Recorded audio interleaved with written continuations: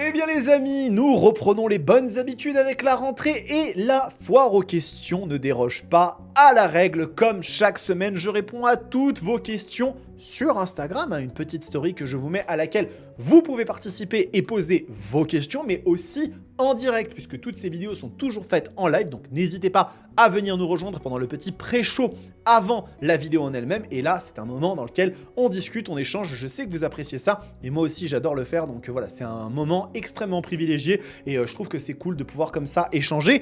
Aujourd'hui, nous allons parler de pas mal de petites choses, nous allons parler de quelques petites questions très intéressantes, mais juste avant, je voudrais qu'on revienne très rapidement sur un petit peu l'actualité qui a comme ça animé la chaîne, puisqu'il y a eu 2-3 petites choses qui se sont produites, notamment une vidéo concernant une potentielle GSX R 750, c'était la FAQ de la semaine dernière que j'ai posté lundi, donc bon, voilà, vous pourrez aller regarder la FAQ, faut pas trop s'emballer, je pense qu'il n'y a pas le feu au lac, mais en tout cas, intéressant de voir un petit peu la question d'une potentielle GSX R 750.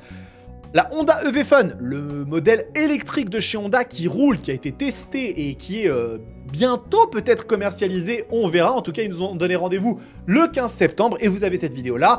Et on a discuté notamment de la politique tarifaire chez Suzuki qui est quand même un petit peu curieuse en ce moment avec des machines qui sont aux yeux du grand public assez difficilement justifiables sur leurs tarifs. C'est une vidéo très intéressante et je vous ai également parlé du coup de la KTM 390 SMCR qui est une véritable tueuse de DRZ4SM, tout du moins sur la fiche technique, puisque cette dernière a vraiment des caractéristiques assez alléchantes. Alors, nous allons passer à la première question de cette FAQ de Lovely Moon 78 qui nous dit « C'est quoi le modèle de ta veste Furigan rouge ?» Parce que vous êtes très nombreux à me le demander, vous êtes très nombreux à m'avoir posé cette question, ça fait des semaines et des mois que je reçois de temps à autre cette question, mais c'est quoi le modèle de ton cuir?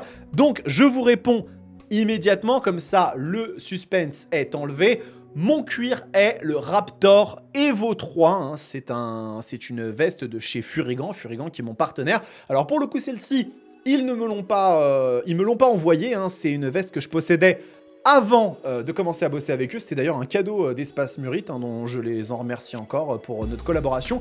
Et si jamais vous cherchez l'autre veste, celle que je porte aussi en été, je pense que le site va mettre un petit peu de temps à charger, donc on va pas nécessairement s'arrêter là, mais je vais vous la montrer. C'est celle-ci, c'est la Ultra Spark 3-in-1 Vented Plus, donc moi je l'ai dans cette couleur-là. Donc si jamais vous voulez me ressembler, bon je pense qu'il n'y a pas véritablement de raison de le faire, mais en tout cas ça ne me dérange absolument pas. Et sachez que du coup ce sont ces deux modèles que je possède. D'un côté le Raptor Evo 3 pour le cuir, et de l'autre l'Ultra Spark 3-in-1 Vented Plus, veste extraordinaire qui est très polyvalente parce que vous avez deux doublures à l'intérieur qui sont amovibles, une pour le froid et l'autre pour la pluie que vous pouvez mettre par-dessus, et donc ça vous fait un petit peu un tout en un si vous devez partir en road trip sur des températures qui sont un petit peu tempérées mais où il fait un petit peu plus frais le matin ou le soir, et ben ça marche très bien. Et si vous avez un petit peu de pluie, ça marche très bien. Voilà, donc n'hésitez pas à passer un petit peu sur le site de Furigan, ils ont des trucs qui sont extrêmement chouettes. Alors, prochaine question de la part de Thios Bike qui nous dit « À quand la vidéo sur la R1300R ? Trop hâte !» Et oui, puisque la R1300R, c'est une machine que j'ai eu l'occasion de tester pas il y a très longtemps, je viens de la rendre à peine il y a quelques jours de cela, et je vous avoue que je suis un petit peu tombé amoureux de la moto. En effet, la R1300R est une machine qui m'a énormément tapé dans l'œil. Je dois vous avouer que j'ai juste tout simplement été sidéré par cette machine qui, s'apparente un petit peu à une Super Duke dans son comportement moteur, mais douce, avec beaucoup d'aspects pratiques. Donc c'est une machine qui est vraiment ultra intéressante et qui pour le coup est immédiatement rentrée dans cette espèce de petit trône, de petit panthéon très cher à mon cœur. Et donc cette machine, son essai arrivera très bientôt, probablement la semaine prochaine, puisque demain je vais essayer de vous publier l'essai de la Yamaha Tracer 9 GT+, mais en tout cas je vais me mettre à bosser dessus pour que ça arrive très vite. Donc ne vous inquiétez pas, vous allez avoir l'essai de la BMW R1300R très rapidement. Ça me tient à cœur aussi de vous le faire, mais je veux le faire bien, je veux qu'il soit sympa parce que c'est vraiment une machine qui m'a beaucoup plu. Et donc j'enchaîne avec la deuxième question de Nikos0704 qui pour le coup est une question reliée. C'est bizarre, j'ai vu énormément de critiques de testeurs moto sur la BM, sur justement cette fameuse BMW R1300R. Et je vous avoue que je suis quand même assez surpris. Le seul essai que j'ai lu sur un des confrères magazines parlait d'une machine dont le prix était élevé par rapport à sa puissance. Je pense que c'est être passé complètement à côté du message de cette machine, puisque si vous ne connaissez pas les caractéristiques de la R1300R, qui n'est ni plus ni moins qu'une GS en version roadster sportif, c'est une moto qui embarque donc le Boxer de 1300cc, donc qui est aujourd'hui dans sa version la plus évoluée, avec 145 chevaux, ici, donc c'est une puissance qui est effectivement très modeste, si on prend le prix de la machine de base à 16 900 € par rapport à une S Miller qui, rien qu'elle, sort déjà 170 chevaux, mais il y a cette valeur qu'il faut prendre en considération aussi, 149 Nm de couple. C'est-à-dire qu'en fait, une BMW R1300R, ça sort la même quantité de couple qu'une Hayabusa. Donc on est dans une machine qui est une usine à baffes. Et c'est ça que je pense pas forcément été très bien compris ou... J'en sais rien, mais il y a eu vraiment quelque chose que j'ai eu beaucoup de mal à comprendre, de me dire, mais pour quelle raison est-ce que on est en train d'évoquer le fait que la machine, parce qu'elle n'est pas assez puissante, elle est chère. Enfin, il y a d'autres caractéristiques sur cette moto qui sont extrêmement intéressantes, outre le fait qu'elle est dotée de toute la technologie BMW, donc régulateur de vitesse adaptatif, suspension semi-active, contrôle du départ en pente, enfin, beaucoup de choses qui rendent une moto extrêmement velu en termes de caractère, aussi très agréable à vivre, avec en plus le petit cardan qui évite de s'embêter avec l'entretien de la chaîne. Enfin bref, moi j'ai adoré, et c'est pour ça que j'ai un petit peu du mal à comprendre, mais chacun a son opinion, on la respecte, c'est normal.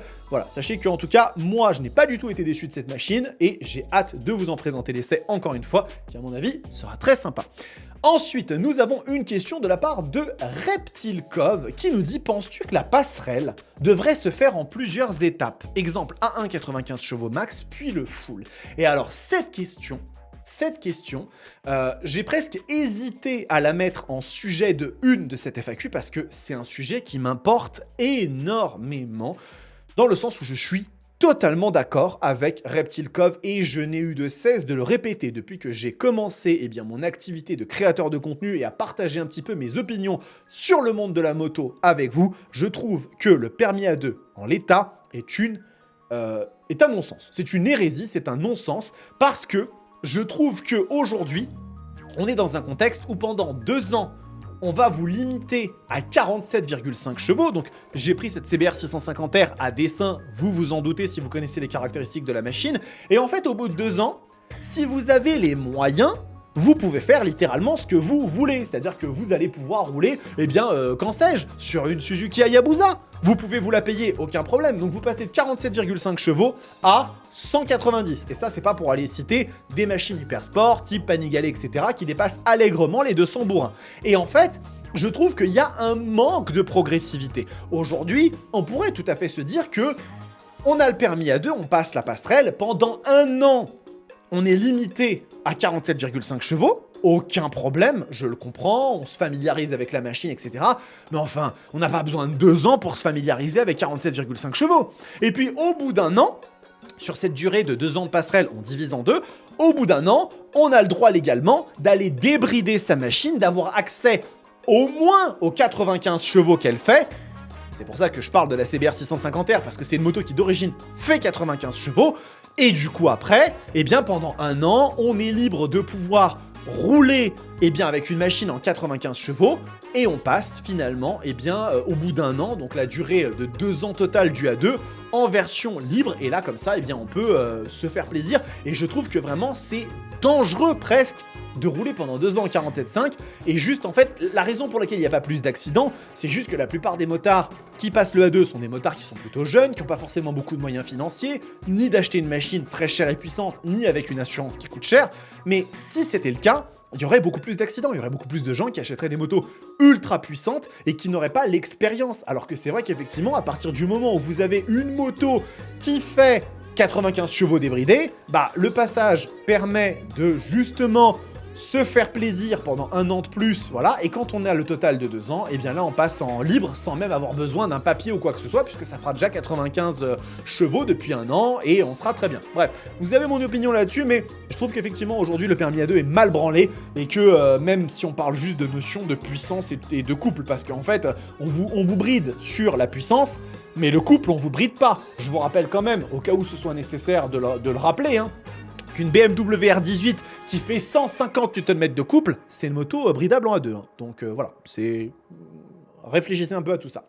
Prochaine question de la part de romaric.ch qui nous dit « En virage, la Hayabusa s'emmène bien. Peut-elle rivaliser avec d'autres motos ?» Alors j'aime beaucoup cette question puisque vous le savez, j'ai un amour assez indémodable, assez inénarrable pour la Hayabusa. Hein, c'est une de mes motos préférées et il est vrai qu'effectivement, c'est une machine un petit peu particulière dans le sens où la Hayabusa n'est pas la moto la plus légère du monde, forcément. C'est une machine qui fait 260 kg, hein, donc c'est pas une hyper sport. Là, vous avez la première génération, la deuxième et la toute dernière hein, qui apparaîtra entre les deux. C'est une moto qui est vraiment, vraiment très particulière, la Hayabusa. Donc effectivement, dire qu'elle est aussi agile sur un circuit qu'une CBR 1000 RR ou qu'une Panigale V4, non, je vais pas vous enfumer, clairement, c'est pas du tout là que cette machine va s'exprimer au mieux. Cependant, comme disait Seb dans le joueur du grenier, c'est une moto très surprenante. Déjà parce que,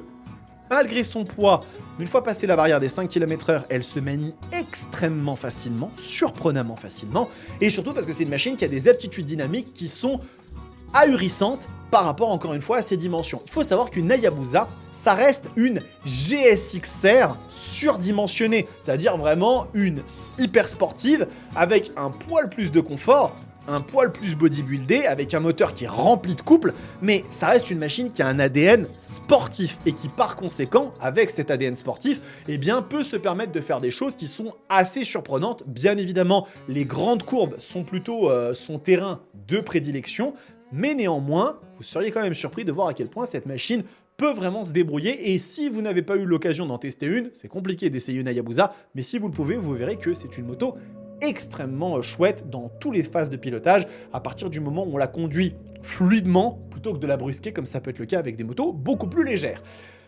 Avant-dernière question de cette FAQ de la part de BBZ Biker qui nous dit « Quelle est pour toi la meilleure architecture moteur pour un A2 ? Bi, tri ou 4 ?» C'est une super question. C'est vrai qu'effectivement, vous êtes nombreux à vous demander, mais qu'est-ce que je dois choisir comme architecture moteur pour le jeune permis? Est-ce qu'il y en a une qui est meilleure que l'autre? Et à cette question, eh bien, je répondrai que pour moi, il y a quand même un grand gagnant. Mais on va les passer un petit peu en revue. Alors, bien évidemment, il y a le monocylindre. Il existe des monocylindres qui sont compatibles avec le permis A2. C'est une architecture un petit peu de puriste, le monocylindre. C'est super chouette, mais c'est un peu particulier. Le régime exploitable, il est un peu spécial. C'est des super motos, mais peut-être après le A2. Concentrez-vous là-dessus, peut-être une fois que vous aurez votre passerelle. En attendant, il existe donc 3 grandes architectures qui se retrouvent sur les motos A2. Vous avez le bicylindre, exemple sur la CF Moto 800 NK Advanced. Vous avez le 3 cylindres qu'on va retrouver sur une machine comme la Yamaha MT-09, ici présent dans sa couleur Ice Arctic, non c'est Ice Storm, c'est la même chose. Et bien évidemment celle qu'on a vue tout à l'heure, la CBR 650R 4 cylindres en ligne. Il n'y en a pas tant que ça, hein, des 4 cylindres en ligne en A2, à ma connaissance, il y a la CBR 650R et la CB 650R, il doit y en avoir 2-3 autres, mais il n'y en a pas non plus des masses. Et à cette question, moi je répondrais que effectivement pour moi, la meilleure architecture, celle qui va en fait vous donner le plus de sensations, qui va conserver le plus de plaisir du caractère moteur, et bien cette architecture, c'est le bicylindre. Pourquoi? Parce que le bicylindre, il a une plage de régime exploitable qui est plutôt basse, plutôt dans les bas régimes. Et en fait, le bridage en A2 consiste très souvent à restreindre le développement de la puissance du moteur passé un certain nombre de tours minutes. Ce qui fait donc qu'une machine qui a par définition la nature de s'exprimer dans les bas régimes, eh bien se retrouvera un peu moins castrée, un peu moins bridée que ne sera justement à l'autre opposé du spectre une machine comme la CBR 650R et donc les 4 cylindres en ligne qui eux prennent vraiment leur essor dans les tours et c'est justement dans les tours